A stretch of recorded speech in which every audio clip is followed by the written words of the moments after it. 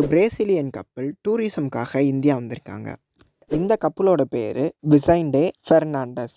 இவங்க 2 பேரும் உலகத்தை மோட்டார் சைக்கிள்ல சுத்தி வரலாமேன்னு ஒரு பிளான்ல இருந்திருக்காங்க. ஆக்சுவலா இவங்க அடிக்கடி இந்த மாதிரி போறவங்க கிடையாது. அவங்கள பொறுத்த வரைக்கும் ஒரு 3 மாசம் ஒர்க் அப்படின்னா ஒரு 3 மாசம் டூர் அந்த மாதிரி இருக்கவங்க. 196 நாடுகள்ல 66 நாடுகள் சுத்தி வந்திருக்காங்க. அவங்க 63வது நாடா இந்தியாவுக்கு வந்திருக்காங்க. ஜார்க்கண்ட்ல இருக்க தும்கான் நகருக்கும் போயிருக்காங்க. அந்த ஊர்ல இருக்கக்கூடிய 7 பேர் இந்த கப்பலை அடிச்சு போட்டுட்டு அவங்க கிட்ட இருக்க பொருள் எல்லாம் திருடிட்டு 7 பேர் சேர்ந்து அந்த பொண்ணை ரேப்பும் பண்ணியிருக்காங்க. அவங்க நாட்டுக்கு போன அந்த பெண் தைரியமா முகத்தை காமிச்சு ஒரு வீடியோவும் போட்டிருக்காங்க. என்னன்னா அவங்க இந்த மாதிரி வேர்ல்டு டூர் போயிருந்தப்போ இந்தியாவில் இது மாதிரி ஒரு இன்சிடென்ட் நடந்ததா அவங்க வீடியோ ரிலீஸ் பண்ணியிருந்தாங்க. ஆனால் நம்ம ஊர் ஆளுங்க என்ன தெரியுமா பண்ணியிருந்தாங்க, உங்களை யார் இந்தியாவுக்கு வர சொன்னா, உங்களை யார் ஜார்க்கண்ட் போக சொன்னா, அப்படி இப்படின்னா அவங்கள தான் விமர்சனம் பண்ணிட்டு வந்தாங்க. அது மட்டும் இல்லாமல் India is not for other country people அப்படின்னு சொல்லியிருந்தாங்க.